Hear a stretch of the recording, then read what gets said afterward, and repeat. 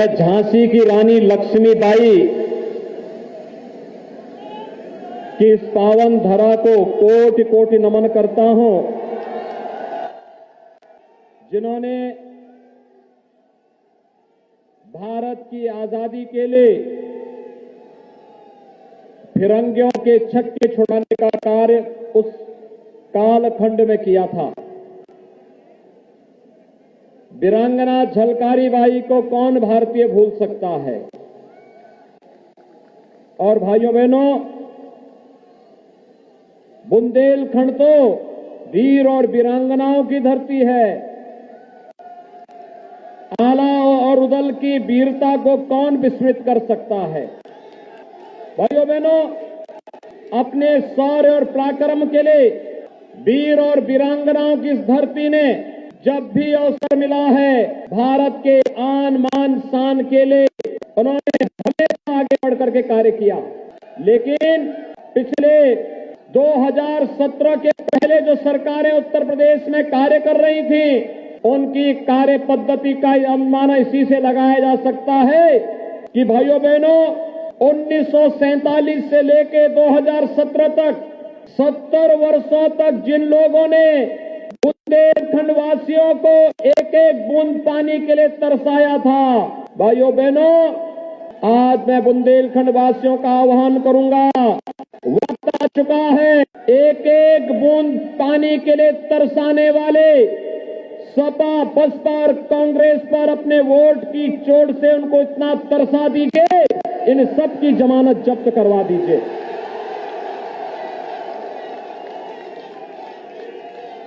मैंने ये बात आपको इसलिए कही क्योंकि भाइयों बहनों, 2017 में जब हम लोग आए थे, उस समय यहां पर पानी ट्रेन के माध्यम से मोदी जी भेज रहे थे और उस समय प्रदेश के अंदर जो सरकार थी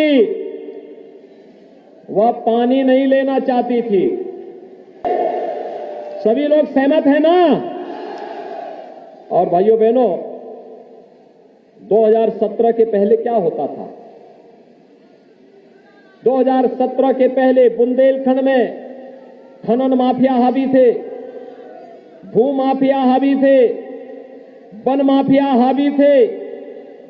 गरीबों को मकान नहीं मिल पाता था, गरीबों के घर में शौचालय नहीं बन पाता था। क्या बुंदेलखंड को 17 के पहले बिजली मिलती थी? और आज तो बिजली मिलती है, आज राशन मिल रहा है ना।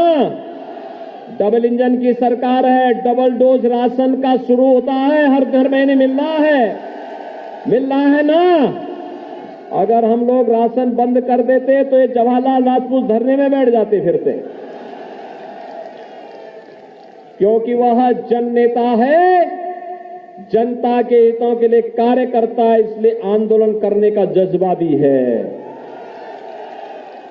कोई माफिया और कोई अपराधी आंदोलन नहीं कर सकता, क्योंकि वह या तो शोषण करेगा या अत्याचार करेगा, और जब उसको अवसर मिलेगा तो वह गरीबों का हड़पेगा। वह आंदोलन करने का उसका जज्बा समाप्त हो चुका होता है। भाइयों बहनों, हमने फ्री में वैक्सीन और डबल इंजन की सरकार है तो महीने में 2 बार राशन का भी हर एक गरीब को उपलब्ध करा रहे हैं। प्राप्त हो रहा है ना। बिजली मिल रही है ना सबको, कोई दिक्कत तो नहीं है। और भाइयों बहनों, अब तो हम लोग यहां पे बुंदेलखंड एक्सप्रेस वे भी बना रहे हैं और बुंदेलखंड एक्सप्रेस वे के साथ डिफेंस कॉरिडोर भी बना रहे हैं। डिफेंस कॉरिडोर, अंतर साफ है, फर्क साफ है। सपा ने माफिया को पनपाया, भू माफिया, खनन माफिया, वन माफिया, पेशेवर माफिया, जगह जगह उन्होंने कट्टा और तमंचों की फैक्ट्री लगवा करके यहां के युवाओं के जीवन के साथ खिलवाड़ करना शुरू किया। बेटियां असुरक्षित, महिलाएं असुरक्षित, नौजवान के जीवन के साथ खिलवाड़, व्यापारी असुरक्षित। क्या आज भी कोई कट्टा की फैक्ट्री चला पाएगा क्या? ये तमंचावादी जो अपने को समाजवादी कहते हैं, नाम समाजवादी, काम तमंचावादी और सोच परिवारवादी, यही है ना। इन्होंने अपना काम केवल अपने परिवार तक सीमित रखा है। ये लोग कल्याण की बात सोच ही नहीं सकते।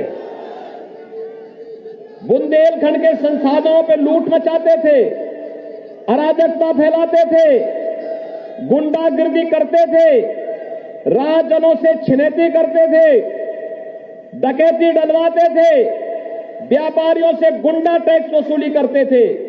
क्या 2017 के बाद भी कोई राज नहीं कर पाएगा? गुंडागिर्दी कर पाएगा? क्या व्यापारियों के साथ और माताओं बहनों के साथ छिनैती कर पाएगा?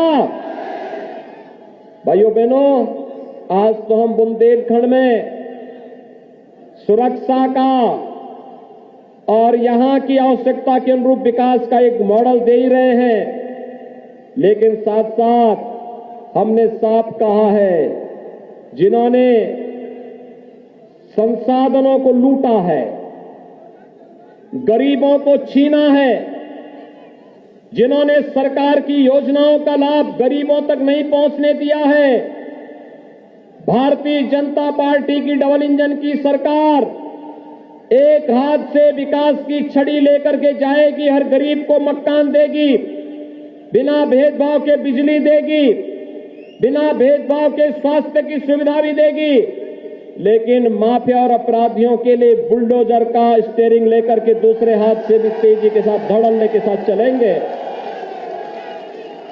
आपने देखा होगा जमीन माफियाओं के लिए आप देख सकते हैं, सपा बसपा और कांग्रेस की संवेदना कभी गरीब के लिए नहीं होती है, अन्नदाता किसानों के लिए नहीं होती है, महिलाओं के प्रति नहीं होती है। इनकी संवेदना तो जब माफिया पे बुलडोजर चलता है तो तब इनकी संवेदना जगती है। कहते ये सब करने की आवश्यकता क्या है? तो मैं भी यही बात कहता हूं कि भाई इन माफियाओं से पूछो, अपने शागिर्दों से पूछो कि गरीबों की संपत्ति को हड़पने का मतलब क्या था। इनको पता तो लगना चाहिए कि गलत करोगे तो गलत ही परिणाम भी मिलेंगे। जैसी करनी वैसी भरनी, और वही तो उनको बताया जा रहा है। और भाइयों बहनों, अब तक 64,000 हेक्टेयर लैंड हम लोगों ने इन भूमाफियाओं से कब्जा से खाली करवाई है, और इनकी 2000 करोड़ रुपए की संपत्ति भी जब्त की है। और साथ साथ ये जो बड़े बड़े अभी माफिया थे, इन्होंने जो बड़ी बड़ी हवेली अवैध कमाई की बना दी थी, कहीं किसी गरीब की जमीन पर, किसी सरकारी जमीन पर, तो मुझसे पूछा गया क्या होना है। हमने कहा होना क्या है, ये बुलडोजर तो इसीलिए बनाया गया है, ये इसीलिए बनाया गया है। और मैं आज गरोठा में इसीलिए आया भी हूं बोलने के लिए कि भाइयों बहनों, जो लोग शोषण करते थे, यहां के संसाधनों को लूटते थे, नौजवानों के भविष्य के साथ खिलवाड़ करते थे, गरीबों को योजनाओं का लाभ नहीं लेने देते थे, जरा बताइए, समाजवादी पार्टी पूरे प्रदेश में 5 साल में 18,000 गरीबों के मकान नहीं बना पाई, और हमारी सरकार ने, डबल इंजन की सरकार ने, भाइयों बहनों 10,000 दे रहे थे, अब सरकार ने तय किया इस राशि को बढ़ा के 25,000 करेंगे। भाइयों बहनों, यही नहीं, हमारा युवा भी तो वंचित नहीं रहना चाहिए। अपने युवाओं के लिए स्मार्टफोन और टैबलेट हम 550 दे चुके हैं, और हमने तय किया प्रदेश में 1 करोड़ नौजवानों को टैबलेट और स्मार्टफोन देंगे। 1 करोड़।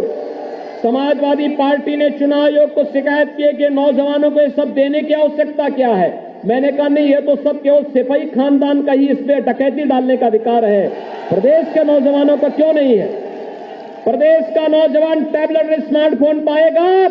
और अब तक 1 करोड़ देने की बात कर रहे थे, 10 मार्च के बाद भाइयों बहनों अगली सरकार आने दीजिए, 2 करोड़ नौजवानों को टैबलेट और स्मार्टफोन देंगे। टैबलेट और स्मार्टफोन देकर के अपने युवाओं को स्मार्ट बनाने का काम भी करेंगे और उसको टैबलेट और मोबाइल फोन का, स्मार्टफोन का खर्चा उसके मां बाप पर ना आए, इसके लिए डिजिटल एक्सेस भी उसको फ्री में देंगे। सपा परेशान है। मैंने भाई सरकार के कार्य से मत परेशान हो, अपने कारनामों से परेशान हो। प्रदेश की जनता से माफी मांगो। वृद्धजनों, विधवा महिलाओं और दिव्यांग जनों के पेंशन को भी इन लोगों ने हड़प लिया था, लेकिन आज मैं कह सकता हूं हमारी सरकार ने 1 करोड़ दिव्यांगजन महिलाएं, विधवा महिलाएं और वृद्धजनों को हम 12,000 रुपए सालाना पेंशन भी उपलब्ध करा रहे हैं। भाइयों बहनों, मुझे एक बात बताइए, हम पिछले चुनाव में आते थे, कहते थे ना कि रामलला हम आएंगे, मंदिर वहीं बनाएंगे, बोलते थे ना। भगवान राम के बारे में कहा जाता है कि भगवान राम तो सर्वव्यापी हैं, लेकिन यह भी कहा जाता है ओरछा में भी भगवान राम का मंदिर है।